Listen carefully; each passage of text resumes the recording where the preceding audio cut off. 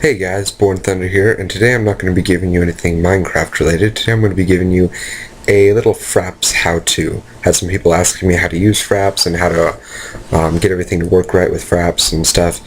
So I'm just going to give you this brief tutorial of how to use Fraps and stuff that you should know if you're going to be using Fraps. So when you start up Fraps, it's going to open up in this window, and you've got 4 different tabs: General, FPS, Movies, and Screenshots. Now these different tabs all do different things, and I'll explain them. General, it's going to have your version number and all that stuff, and it's going to have Start Fraps Minimized. I keep this checked because if you don't keep it checked, then when you open up Fraps when you're running Minecraft, it's going to open up in a window over Minecraft, which means that if you're doing something like holding shift click, building a bridge over lava, PvPing, doing Hunger Games or something like that, and this window comes up, you're going to lose control of Minecraft, and you won't be able to do anything for a crucial 10-20 seconds while you shut the window down for Fraps. So I would keep that checked. That way when you open it, it starts minimized and you don't have that problem. Fraps window always on top. I would say keep that unchecked just so it's not always up on the top of everything. I like it when it's not that way. Run Fraps when Windows starts. I keep that unchecked because I just don't like having a lot of programs open up when I first start my computer, but that's a personal preference. Monitor Arrow Desktop DWM. That's what I'm using right now, and that's what you want to have checked if you want to be recording your entire screen with everything.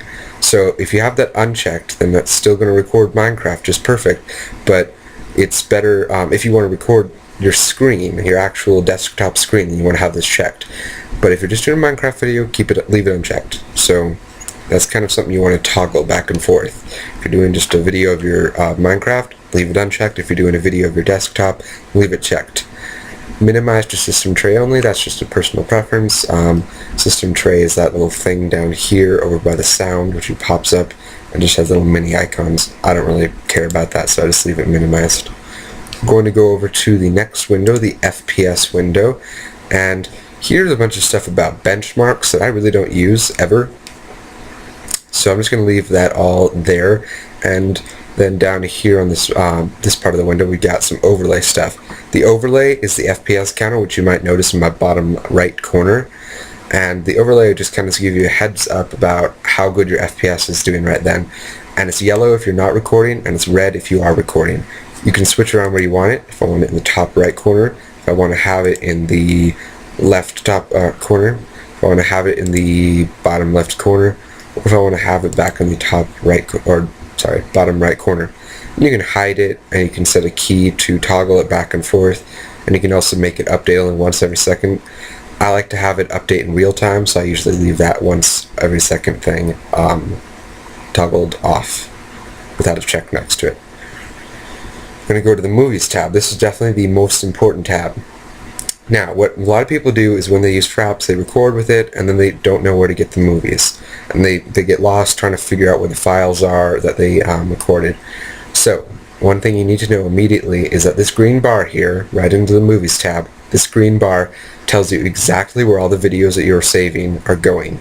I think by default it goes into a Fraps folder over in your folder section, but you can change it very easily. Oh, my background just changed. But you can change it very easily by hitting this blue change button. It pops up with this little window, and you can change where you want to save it. And you can also go straight to the folder where your movie files are being saved by hitting the view button. But this is very important to know. If you're lost and you don't know where your files went that you recorded, just go to this green bar and your destination folder will be right there. Video capture hotkey. This is just, I think, a key that you are not going to hit while you're accidentally in game. I previously had it as my right arrow key, but then I realized every once in a while when I was chatting and I wanted to edit something in a chat, I would use arrow keys to find that thing, so I'd sometimes be recording accidental clips. So I set it to my end key, which is right above my arrows key.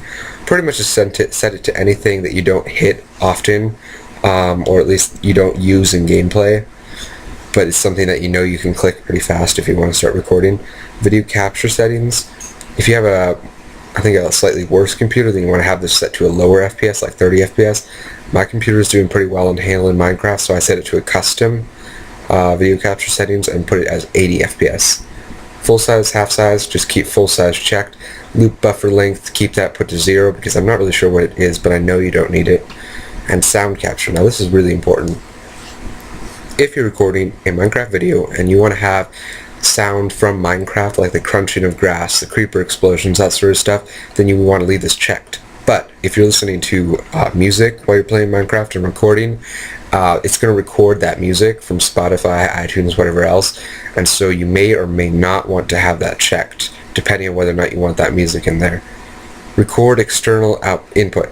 You want to have that checked if you're using a microphone of any kind to record voice, which I am. A lot of people do that for Let's Play videos or whatever else. And so if you're using a microphone to record your voice, you need to make sure before you start recording that this is checked. And as for stereo and multi-channel, just keep multi-channel checked. Only capture when pushing whatever key you assign here. I have it set to space, as you guys can see. That's a pretty handy one if you're making a video and you want to have your voice in it, but you don't want to have your voice on the entire video and have all the white noise back from it. If you want to just make it a video and every once in a while you jump in with a comment or something, then this one's a nice thing to have toggled on, so that way you can just be like doing the video, hit the button, say what you want to say, release the button, and then it just clipped that piece of your voice in, and it didn't have all the white noise from your microphone while you weren't talking, like this. See? Hide mouse cursor in video. I usually keep that unchecked just so people can see where I'm clicking and where I'm going with my mouse. Lock frame rate while recording. Keep that checked. That'll help you balance your FPS. Force lossless RGB capture. You really don't need that for any video recording stuff. I'm not sure what it is, but I do know it's not important. You really don't need it. Screenshots. I'm not sure what you would do with this in Minecraft, considering you can just take screenshots in Minecraft, but same story here. All your screenshots are going to be saved here. You can change where you want to save them with here. You can view where they're being saved right here. You can change your hotkey. You can disable it, enable it, and you can choose your formats and all that stuff here. One last thing you guys are going to want to know about Fraps is when you record with Fraps, the file size is going to be huge. Even if it's just a small 5-minute video, it's going to take forever to upload to YouTube unless you've done any compressing. And Fraps doesn't naturally do that. So what you want to do to compress Fraps files, since they're going to be huge, is run it through a program like Windows Movie Maker or the newer version, Windows Live Movie Maker, and just editing the pieces together, maybe adding some transitions. What I usually do is I add the intro clip onto my stuff and other things like that. It's going to compress the file, which means that you can delete the Fraps raw footage after you've saved the movie file and just keep the movie file, which is going to free up a lot more space in your hard drive, and it'll take a lot less time to upload to YouTube. Sometimes it'll take forever if you're just doing raw Fraps footage, and it'll probably still take a while if it's a movie, but it won't take nearly as long as if it was just raw Fraps stuff. So usually it's a good idea to compress it with one of these programs over here. That's about it.